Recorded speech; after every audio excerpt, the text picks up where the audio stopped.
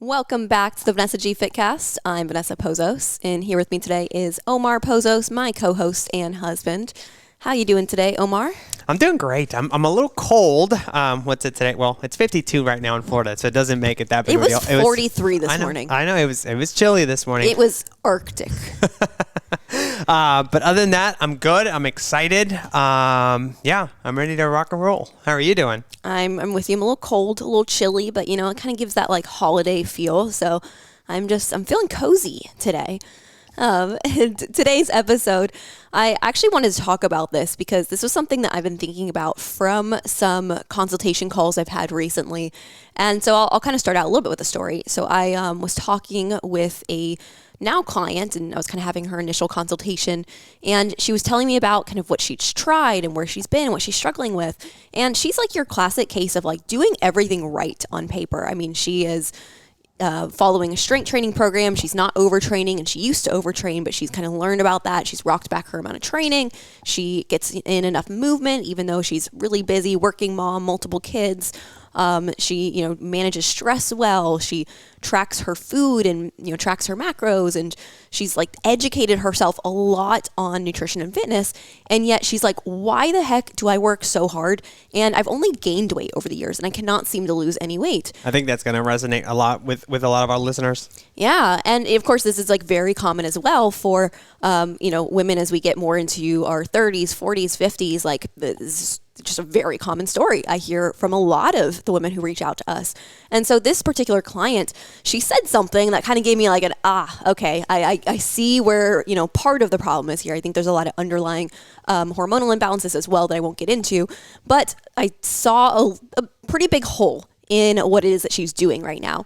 And so, she told me about how she's been tracking her calories, tracking her macros. And so she had done a reverse diet, and then she had put herself into a calorie deficit. And she was like, my body is not responding no matter what I do here. And so I asked her for a little bit more details around what were the numbers looking like here. And so she had explained to me that she was eating 1,700 calories as her calorie deficit, and her body wasn't responding. And then she went and did a InBody scan, and this InBody, which is a body fat scanner, a body fat scanning type of test, it told her that her BMR was 1,400 calories. BMR is basal metabolic rate. And so she thought, well, if my basal metabolic rate, the amount of calories I'm burning is 1,400, then I need to be eating less than that to lose weight. And so she cut her calories down to 1,400, and she continued to not lose any weight and actually just feel worse and worse. This is where we started to get into the conversations around the hormonal imbalances she was likely experiencing, because also she was definitely under eating. And so this really kind of sparked my attention, because I was like, wait a second. I think we need to clarify a little bit here of what BMR actually is. I think a lot of people are familiar with the term BMR, basal metabolic rate. They understand, like if they do, those kind of body fat scans, it'll say, oh, this is the amount of calories you burn. But they don't understand that BMR is just one part of the overall equation that makes up your total daily energy expenditure, your total calorie burn. And BMR is one kind of like small section of that. So if we look at our BMR is really the lowest amount of calories that you should ever possibly eat to maintain health. So like if you wanted to go into a calorie deficit, we would not ever want to go below BMR, because we're really putting you into dangerous health territory. And even though you could go down to BMR for a calorie deficit, typically don't even really recommend that, because that's going to get challenging. And even though you can still be okay health-wise, it might be a little bit hard on like the mental health side of like the relationship with food side and things like that.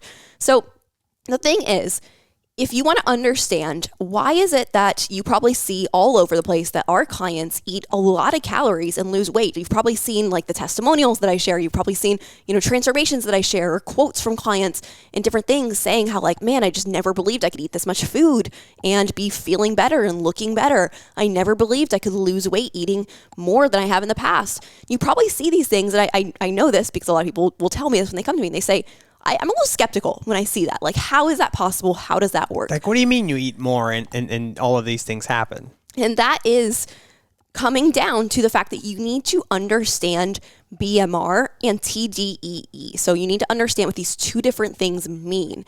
BMR being your basal metabolic rate, that is the amount of calories that your body burns at rest. That is the amount of calories to where I always like say, It's like if you were in the hospital and you were just like a vegetable in the hospital bed and they need to like feed you through a tube, they would need to be feeding you your BMR because that's just what is going to be required for all of your organs and all the systems in the body to continue to function.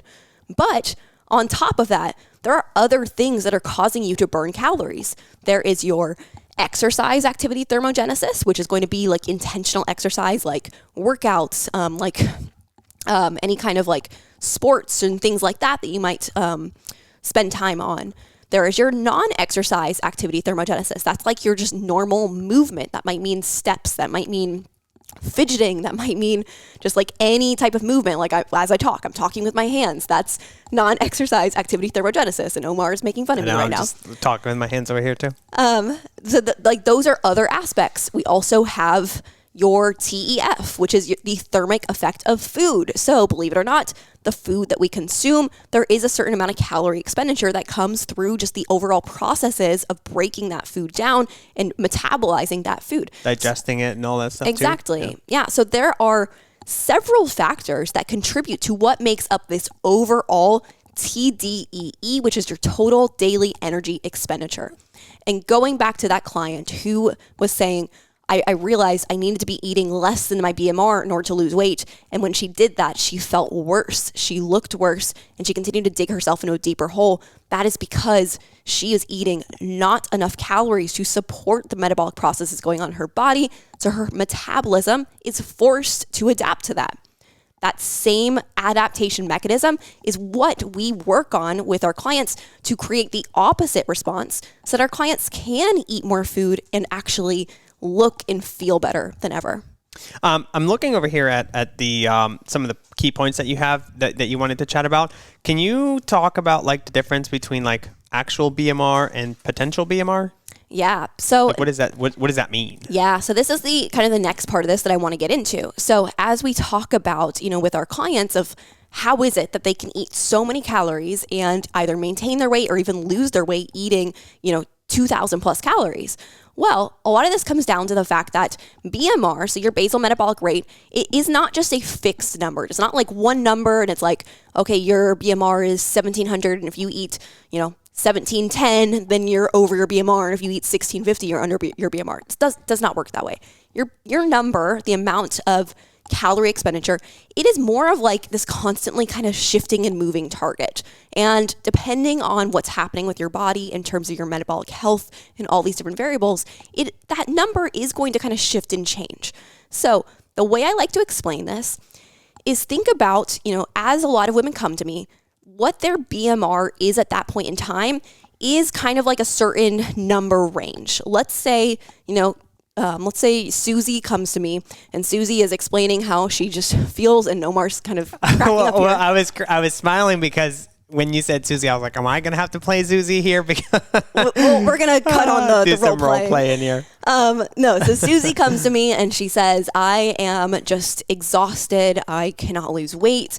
I just don't feel my best. I'm kind of bloated. I'm just, I don't have as much mental clarity as I used to. I don't sleep as well as I used to. And just like, worst of all, I've been putting on weight without changing a thing about my health and fitness.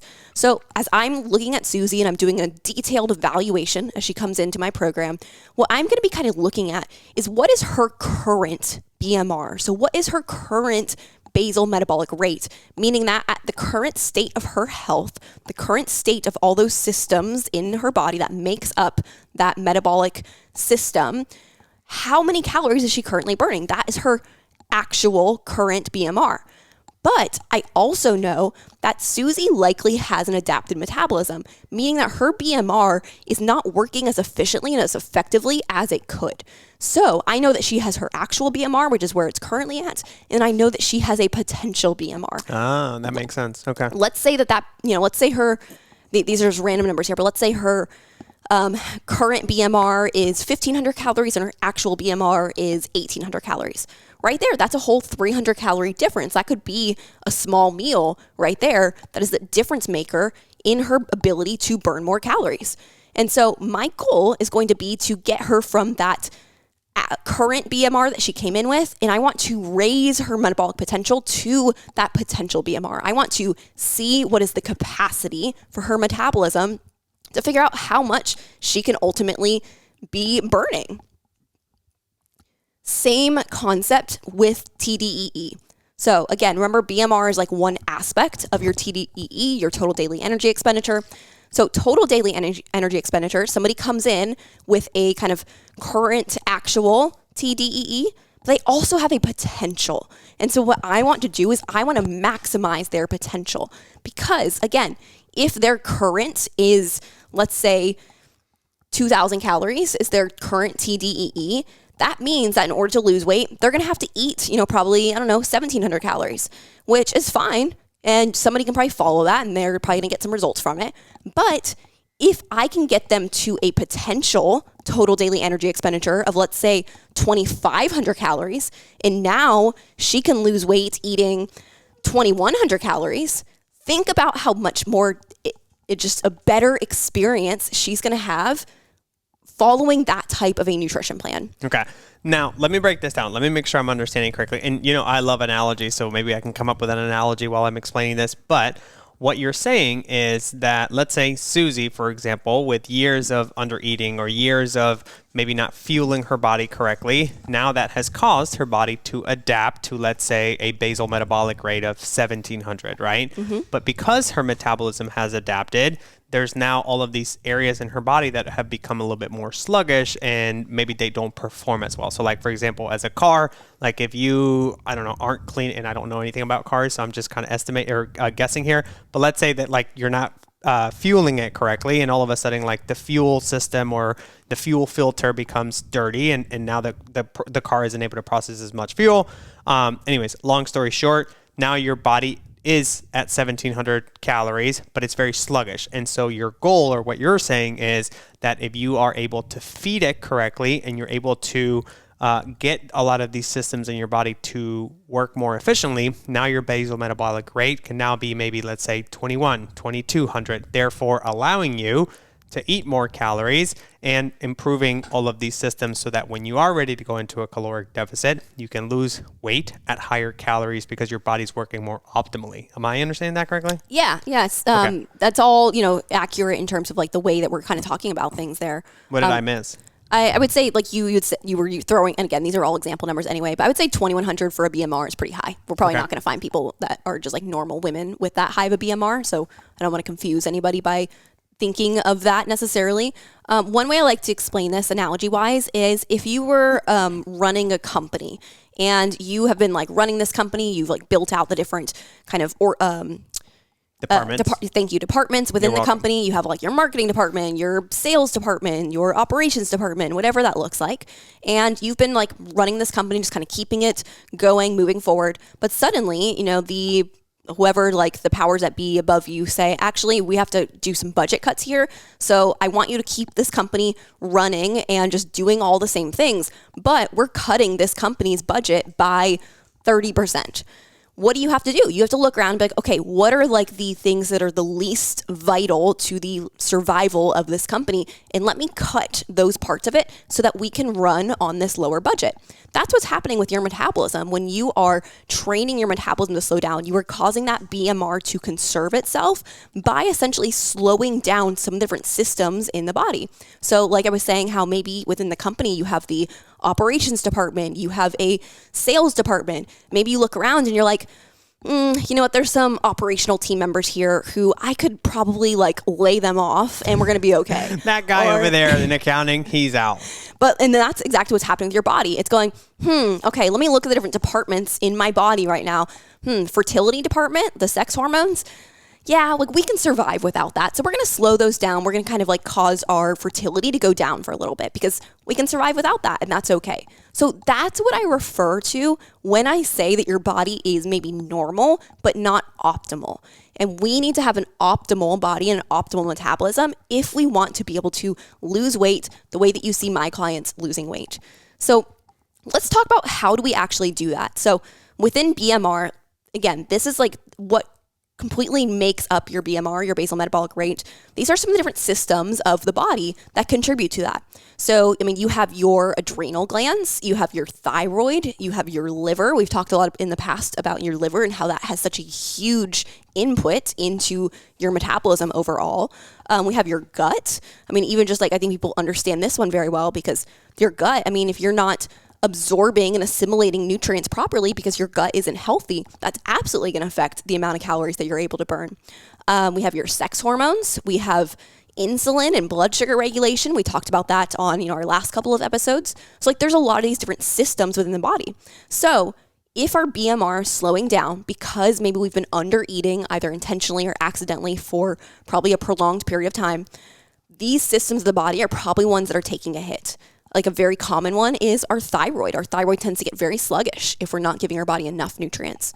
So this is like right off the bat. These are things that we work on with our clients to make sure we get each of these systems really optimized. Like we've talked about the flush method in the past. That's something that we'll use to really work on our adrenals and thyroid and liver. Like that does a lot of work there to go ahead and get that sped up, which is why a lot of our clients find that their metabolism is already so much faster after they do a flush. There's a lot of stuff we do, like we've talked about the 5R gut protocol. That's something that we'll do with our gut, and that can have a very drastic difference on your metabolism. There's a lot of things here that we can work on and that we do work on with clients to raise their BMR to that potential. Now, go ahead. Nothing. I was going to say, it's just so interesting to see that, there's so many other levers that you can kind of pull and work off of, as opposed to you being like, well, it's just, calories in, calories out, or I just have to eat less in order to do that. Because what you were saying before is, the experience, the sustainability, the long-term effect of these things is so much different when you actually get your body to work for you, not against you. So again, if things are working optimally and now your adrenals, thyroid, liver, gut, all of these things are working in a much better place, and therefore you can lose weight at much higher calories, especially, right, we're about to dive into like Christmas and all this time of year now, but that's so much easier for you to be able to lose weight at much higher calories, because now you can still have the treats and do all these things when your body is working properly. It's just cool to see what a difference that stuff can make, Yeah, think of just how much easier it would feel to be able to maintain weight loss or to maintain a body that you really like how it looks and feels if you have that faster metabolism with a faster BMR and faster just overall total daily energy expenditure.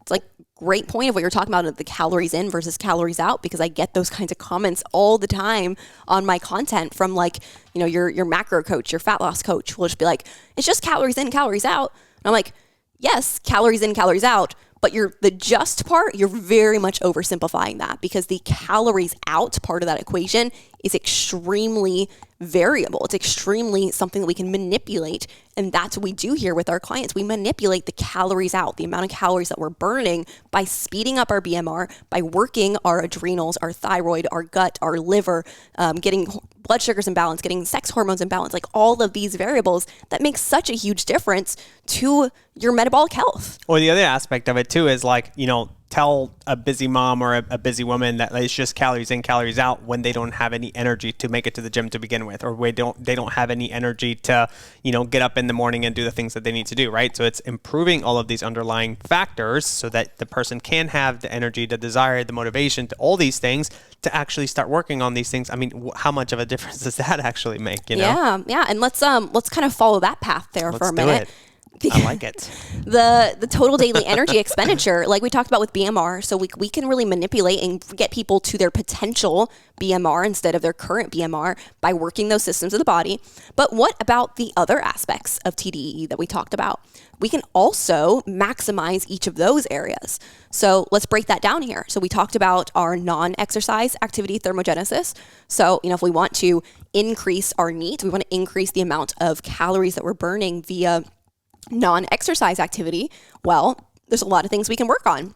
Things that we'll work on within our coaching might be working on a step count.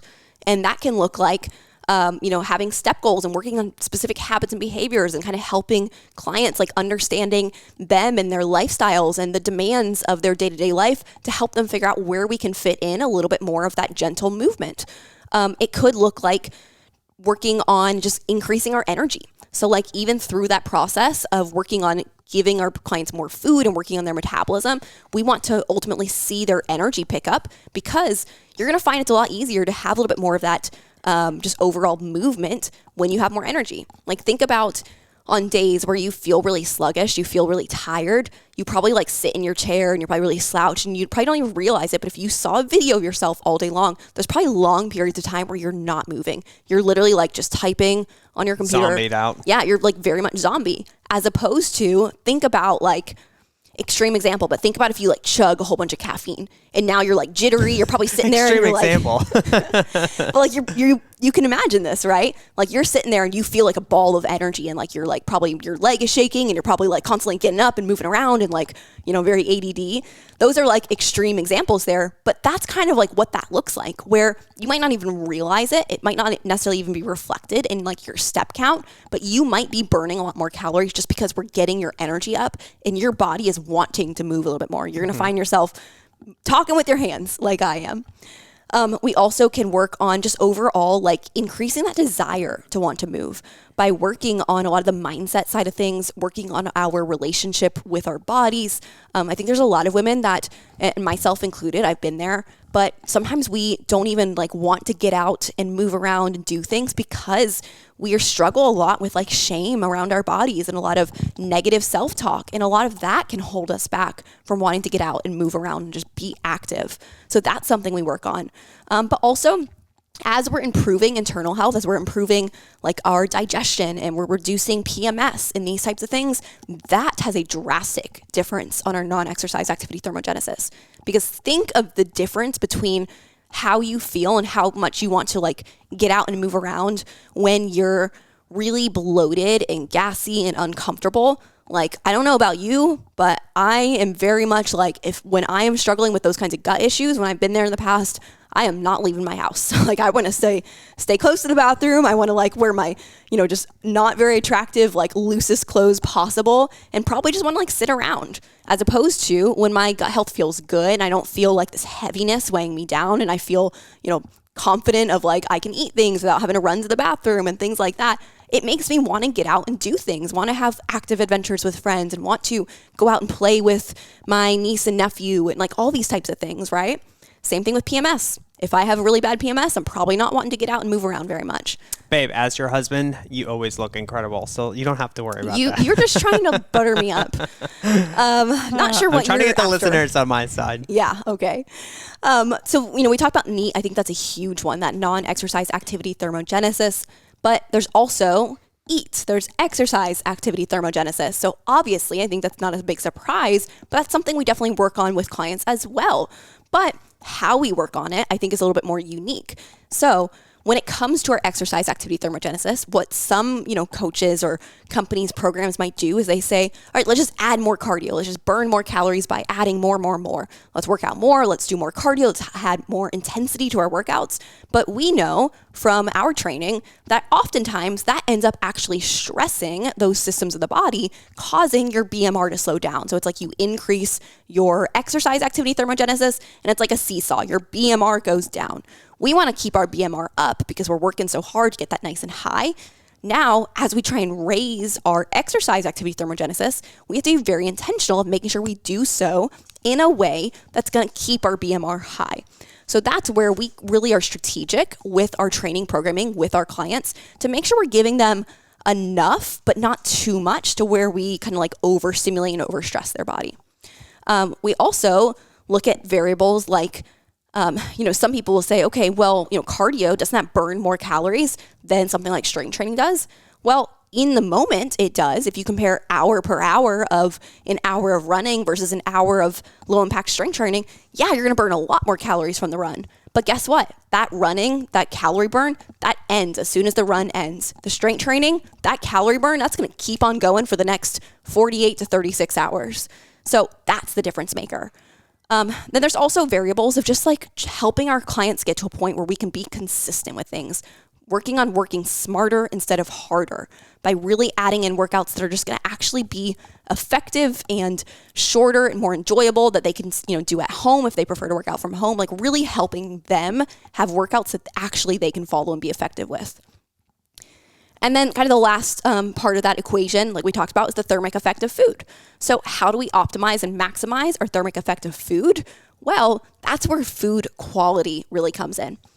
So without getting too granular into like how different foods might have different essentially like calorie expenditure and like the digestive process, a simple way to kind of categorize this is your whole foods, your non-processed foods, are going to require more calories to break down than your processed foods. So by working on our clients to have more of that 80-20 balance of 80% nutrient-dense whole foods, they're going to actually end up with a higher thermic effect of food, burning more calories just by eating, which, I mean, that's a fun place to be in, of like you're burning more just from eating more.